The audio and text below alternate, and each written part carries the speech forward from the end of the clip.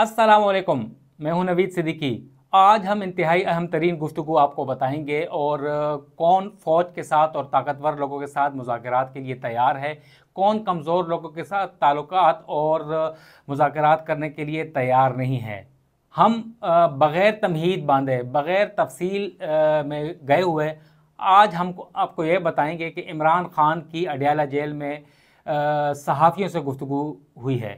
हमारे साथ क्या गुफ्तगू हुई है हम आपको हर्फ ब हर्फ बताते हैं। मेरे पास जो तफसील लिखी हुई है मैं उसे देख के आपको बताता चलूँगा कि कोई गलती ना हो और नाजरीन तक ये तफसील हर्फ ब हर्फ पहुँचे। इमरान खान की जो हमारे साथ गुफ्तगू हुई है, आज पहले तो ये बताऊं कि 190 मिलियन पाउंड केस की समाअत हुई है अडयाला जेल में। मोहम्मद अली वड़ाइच ने समाअत की है, मगर इमरान खान के वकला ने समाअत के दौरान ही मोहम्मद अली वड़ाइच पर अदम इत्मीनान का इजहार किया है और एतराज़ किया है, जिसके बाद जज जो हैं वो कमरे अदालत से चले गए थे। अडयाला जेल में समाअत हुई है, काफ़ी मशहूर केस है। जिसके बाद इमरान खान ने हमारे साथ जो गुफ्तगू की है हम उसकी तफसील बताएंगे।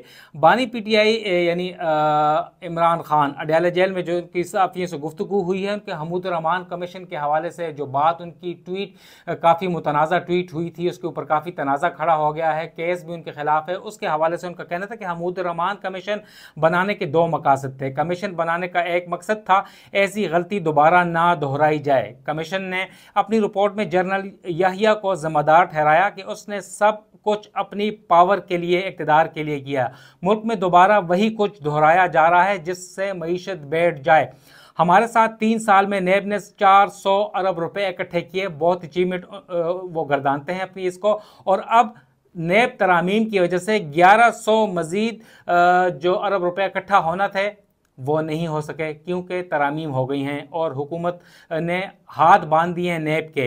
नेब तरामीम के बायस एक दफ़ा 3 लाख, दूसरी दफ़ा 1.5 करोड़ इकट्ठे हुए हैं। ये उन्होंने मजाक उड़ाया है नेब के ऊपर। नेब तरामीम की वजह से मुल्क का 1100 अरब रुपए का इस वक्त नुकसान हो चुका है। जो मुल्क इस वक्त जो बताया कि ये 1100 अरब के बाद इतनी बड़े नुकसान का ख़जाना मुतहम्मिल नहीं हो सकता। मुल्क में सियासी इंतकाम जो लिया जा रहा है सियासी जमातों से, ज़ाहिर उनका जो निशाना जो है वह इस वक्त ज़्यादातर तहरीक इंसाफ है। FIA को सिर्फ वकला की मौजूदगी में जवाब दूंगा, सब मोहसिन नकवी का किया धरा है। उन्होंने वज़ीर दाखिला मोहसिन नकवी को मोरद इल्ज़ाम ठहरा दिया है। जो ट्वीट की गई थी इमरान खान की जानिब से हमूदुर्रहमान कमीशन की रिपोर्ट के हवाले से, कुछ एक्सट्रैक्ट्स जो थे वो उन्होंने ट्वीट किए थे, जिसके बाद उनके ऊपर तनकीद शुरू हो गई थी। हुकूमत ने प्रेस कॉन्फ्रेंस की, अदालतों में, लाहौर हाई कोर्ट में एक पिटीशन दायर हुई, FIA ने तहकीकात शुरू कर दी। तो उसके ऊपर इमरान खान से जब पूछा गया सवाल तो वो काफ़ी गुस्से में नज़र आए। और दूसरी बात यह है कि उसके ऊपर जवाब दिया कि सब मोहसिन नकवी का किया धरा है। इसके अलावा उनका कहना था कि अब तो सुप्रीम कोर्ट ने भी आपको सियासी जमातों से मुज़ाकरात का कहा है। सहाफ़ी ने सवाल किया है, गुज़िश्ता रोज़ चीफ जस्टिस ऑफ पाकिस्तान ने जो नेब तरामीम के हवाले से चौथी समाअत हुई है उसके ऊपर उनका कहना था कि पार्लियामेंटेरियंस के साथ, सियासतदानों के साथ बैठें और किसी के साथ ना बैठें, मुज़ाकरात करें, पार्लिमानी गुफ्तगू करें। तो जिसके बाद ये सवाल किया तो उनका कहना था कि मैंने मुशर्रफ दौर में भी शौकत अजीज़ से मुज़ाकरात करने से इनकार कर दिया था। मैंने मुज़ाकरात नहीं किए थे, मुशर्रफ ने के नुमाइंदे से मुज़ाकरात किए थे क्योंकि उस वक्त वो ताकतवर था। और बात इमरान खान साहब ने अब ये कही है, उससे सब कुछ वाज़े हो जाएगा कि मैं कमज़ोर लोगों से बात नहीं करूंगा, ताकतवर लोगों से बात करूंगा। ताकतवर कौन है? फ़ौज है। तो क्या दोबारा इमरान खान साहब ने फ़ौज से मुज़ाकरात के लिए इंदिया दे दिया है? उनका कहना था कि ताकतवर की मौजूदगी में कमज़ोर से बात करने का जवाज़ ही पैदा नहीं होता, ना ही उसकी कोई वक़्त है, ना उसका कोई फ़ायदा होगा। इसके अलावा 14 मई 2023 को पंजाब इलेक्शन की मीटिंग के दौरान में भी नून लीग ने कहा था कि जनरल आसिम मुनीर इलेक्शन न कराने का फैसला कर चुका है। जस्टिस बंदियाल के कहने पर हमने इंतखाबात में सियासी जमातों से मुज़ाकरात किए। पता नहीं उस वक्त के चीफ जस्टिस उमर अता बंदियाल किन के दबाव में थे, किन के प्रेशर में थे, क्यों तारीख आगे बढ़ाई, उसके ऊपर उन्होंने शिकवा भी किया इमरान खान ने जस्टिस उमर अता बंदियाल से, और काफ़ी अच्छे ताल्लुकात थे, काफ़ी प्रो PTI थे चीफ जस्टिस उमर अता बंदियाल। उन्होंने नैब तरामीम के हवाले से जो ये केस भी था उसमें भी काफ़ी फेवर किया था, कलअदम करार दे दी थी। इसके अलावा उनका कहना था कि कानून के मुताबिक 90 दिन में इलेक्शन होने थे, लेकिन जस्टिस बंदियाल अपोजिशन की धमकियों और पता नहीं किसके दबाव में आ गए थे उस वक़्त। इमरान खान का कहना था कि मियां नवाज शरीफ जब शेख मुजीब और हमूद रहमान कमीशन का हवाला देते थे, अब कहते थे नवाज शरीफ फौज के इदारे को तबाह करके दूसरा मुजीब रहमान बनना चाहता है। सहाफ़ी का ये सवाल था कि आप तो कहते थे नवाज शरीफ फौज के इदारे को तबाह करके दूसरा मुजीब रहमान बनना चाहता है। तो क्या कहा इमरान खान साहब ने? उस वक्त उन्होंने हमें कहा कि मैंने हमूद रहमान कमीशन रिपोर्ट नहीं पढ़ी थी। उस वक्त उन्होंने लाइल्मी का इजहार किया है। इस वक्त लाइल्मी की वजह से वो ये बात कर गए थे कि नवाज शरीफ हमूद रहमान बनना चाहते हैं। अब ये रिपोर्ट मैंने पढ़ ली है, तो लिहाजा अब उनके जो ख्यालात थे वो तब्दील हो चुके हैं। इसके हवाले से सहाफ़ी ने सवाल किया कि आपके एक्स यानी ट्विटर हैंडल से रियासत मुखालिफ वीडियो पोस्ट की गई, क्या आप उसकी ज़िम्मेदारी लेते हैं? क्या आपकी मर्ज़ी से वो ट्वीट की गई? जिसके ऊपर तहरीक इंसाफ के सरबराह का हमें बताना था कि मैं जेल में बैठकर वीडियो कैसे पोस्ट कर सकता हूँ। यानी इमरान खान ने लाताल्लुकी का इजहार किया है कि वो ट्वीट उन्होंने नहीं की थी। हमूद रहमान कमीशन की रिपोर्ट के जो एक्सट्रैक्ट्स थे, जो डॉक्यूमेंट्री थी, वो उन्होंने पोस्ट नहीं किए, जिसके ऊपर उनके खिलाफ FIA में मुकदमा बनाया गया है और 2 मरतबा FIA की टीम जा चुकी है, मगर इमरान खान साहब इनकार कर चुके हैं कि वो अपने वकला की मौजूदगी में ही उसको FIA को जवाब दें या बयान रिकॉर्ड करवाएंगे। इमरान खान साहब का इस बारे में कहना था कि मैं इस ट्वीट को ऑन करता हूं। पहले कहते हैं कि पोस्ट मैंने नहीं की, मगर आप कहते हैं कि वो ट्वीट ऑन करते हैं और हिमायत करते हैं, लेकिन जो वीडियो पोस्ट की गई वो नहीं देखी, उस पर बात नहीं करूंगा। हमने उनसे पूछा कि एक्स हैंडल कौन ऑपरेट करता है, बड़ा अहम सवाल था, और उनका इमरान खान साहब का जवाब क्या था?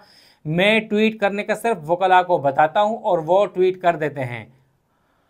सहाफ़ी ने, एक हमारे कलीग ने उनसे पूछा कि आपको जेल में फ़राहम सहूलियात से मुतल्लिक़ तफ़सीलात जो सामने आ गई हैं, इमरान खान ने कहा कि मैं शिकायत नहीं करता और चूँ चूँ करने वाला नहीं हूँ, यानी शिकायत करने वाला मैं नहीं हूँ कि जैसे माजी में लोग शिकायत करते थे। उनका इशारा मियां नवाज शरीफ, मरीम नवाज़ और दीगर लोगों की तरफ था। जरदारी साहब तो अपने वक्त पर काफ़ी बहादुर नज़र आए थे। उनका कहना, सब लोग कहते थे कि 8-10 साल उन्होंने जेल में गुजारे हैं, मगर कभी उन्होंने उफ तक नहीं की। मगर नवाज शरीफ, शहबाज शरीफ और दीगर जो लोग थे नून लीगी, तो वो कहते थे कि गर्मी बहुत है, मच्छर हैं, मक्खियाँ हैं और ये सारी चीज़ें, उसकी तरफ इमरान खान साहब का इशारा हो सकता है। इमरान साहब के बारे में उनका यह है तक उनका शिकायत नहीं करता, यानी चू चू नहीं करता। चू चू का मुरब्बा एक मशहूर है, तो उस हवाले से उनका कहना है कि मुझे डेथ सेल में रखा गया है। बानी PTI का यह कहना है कि गुज़िश्ता रोज़ वफाकी हुकूमत ने 23 सफ़ात पर मुश्तमिल सुप्रीम कोर्ट ऑफ पाकिस्तान में एक रिपोर्ट जमा करवाई थी, और उसमें यह कहा गया था कि उसमें इमरान खान को जेल में 5 स्टार सहूलियात दस्तयाब हैं। उसके हवाले से तमाम तर सवालात थे ट्वीट के ऊपर किए गए, और उस रिपोर्ट में यह भी कहा गया था गुज़िश्ता रोज़ कि उन्हें रूम कूलर दिया गया है और ड्राई फ्रूट की सहूलत मैसर है, और अलहदा किचन है, अलहदा मेन्यू है, शानदार मर्जी के भुने हुए देसी घी की चीज़ें मिलती हैं उन्हें, किताबें हैं, रसायल हैं, जराइद हैं, वॉकिंग ट्रैक है, हर चीज़ उन्हें दी गई थी। मगर उसके जवाब में उनका कहना था कि मुझे डेथ सेल में रखा गया है। हुकूमत ये भी कहती चली आई है कि उन्हें 8 कमरे दिए गए हैं, मगर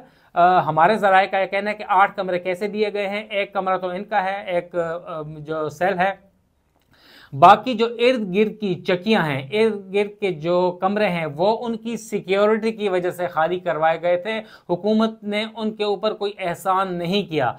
और इर्द गिर्द की जो कमरे थे, चक्कियाँ थी, वो इस वजह से वहाँ पर कैदियों को नहीं रखा गया कि उनकी सिक्योरिटी है, साबिक वज़ीर आज़म है, उन्हें थ्रेट्स बहुत ज़्यादा हैं। अच्छा, इसके अलावा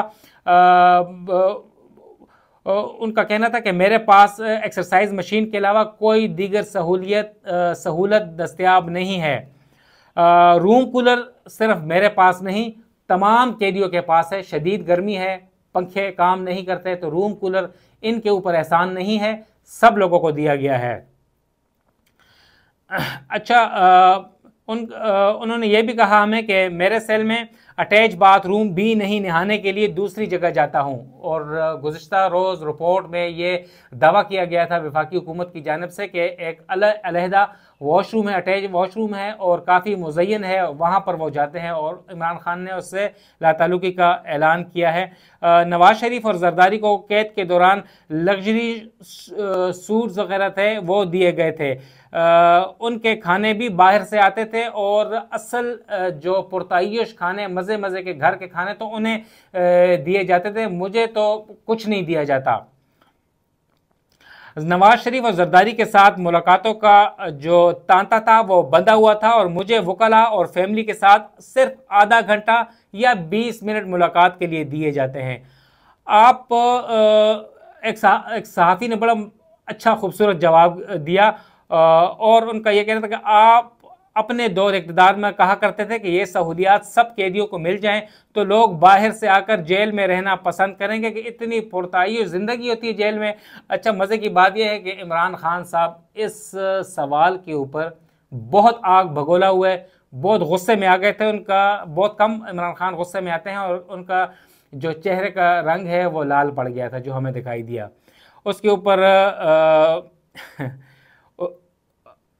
बानी पीटीआई उनके जो गुस्से में आ गए और उनका कहना था कि अब तक उनसे कोई रियायत या सहूलत जो थी वो मैंने नहीं मांगी खुद से, और हुकूमत जो दावे कर रही है सहूलियात देने की वो गलत है। और जो उनके ऊपर वो गुस्से में आए थे उनका उन्होंने जवाब नहीं दिया।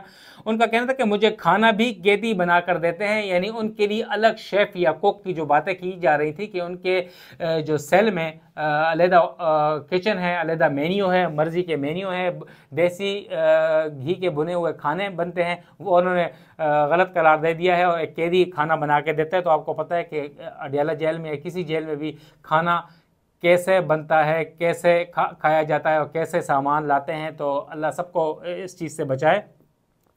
उनका कहना था कि मुझे जिस मुल्क में इस्तेहकाम नहीं होगा, सरमायाकारी नहीं आएगी, मुझे बजट में महंगाई की शरह मज़ीद बढ़ती दिखाई दे रही है, कर्ज़े बढ़ते दिखाई दे रहे हैं, माशी हालात ठीक नहीं है। उनसे एक सवाल पूछा गया कि क्या पीपल्स पार्टी हुकूमत में शामिल होगी या नहीं।